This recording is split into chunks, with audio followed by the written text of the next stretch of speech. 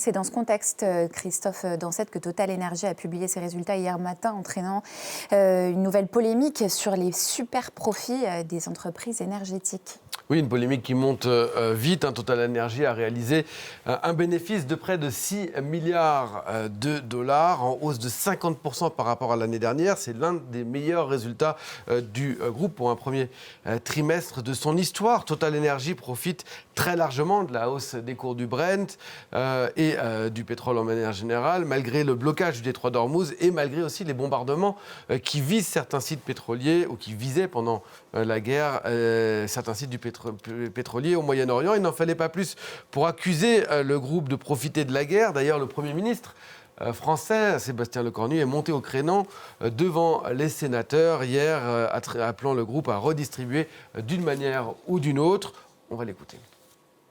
S'il y a des résultats exceptionnels, ça pose la question d'une redistribution qui pourrait être à due proportion ou pas exceptionnelle. Donc il faut bien que Total Energy se positionne d'une manière ou d'une autre sur une manière de redistribuer et potentiellement de la manière la plus efficace qui soit, de la manière la plus rapide, en tout cas dans sa politique commerciale.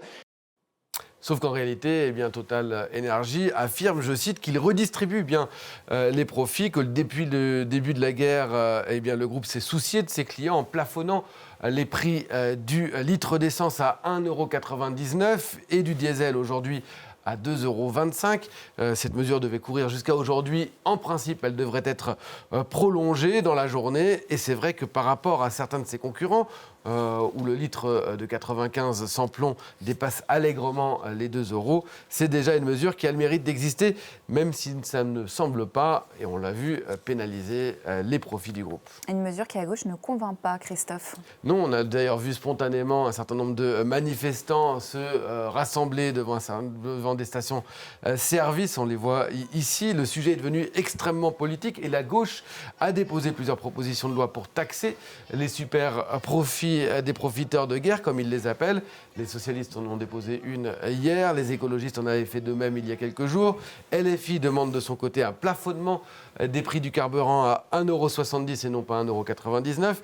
Et si Total refusait, il demanderait la nationalisation du groupe. Ils ont déposé une proposition de loi dans cette direction mardi.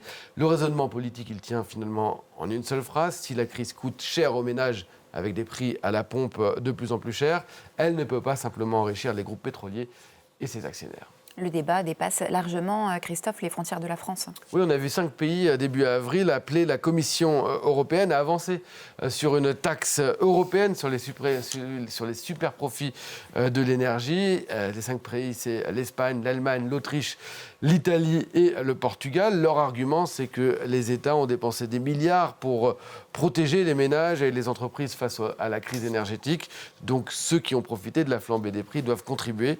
Le gouvernement français, lui, ne s'interdit pas de rejoindre l'initiative. Alors Christophe, il y avait déjà eu une taxe sur les super profits des entreprises énergétiques il y a quelques années. Et ce n'est pas forcément un bon souvenir. En 2022, au moment de la flambée des prix de l'énergie, après l'invasion de l'Ukraine par la Russie, seulement le résultat, il avait été très décevant. En France, environ 69 millions d'euros seulement avaient été récoltés, alors que la proposition de loi tablait sur 3 à 6 milliards d'euros. Donc on voit que c'est quasiment 100 fois moins. C'est surtout donc symbolique aussi au regard des profits du groupe. Cette taxe a été finalement trop facile à contourner. Et puis il faut savoir que la plus grande partie des profits des entreprises énergétiques et de Total Energy en particulier sont réalisés à l'étranger. Et donc en cas de nouvelle taxe, il faudrait tirer les leçons de 2022. Christophe Dansette pour la chronique Éco.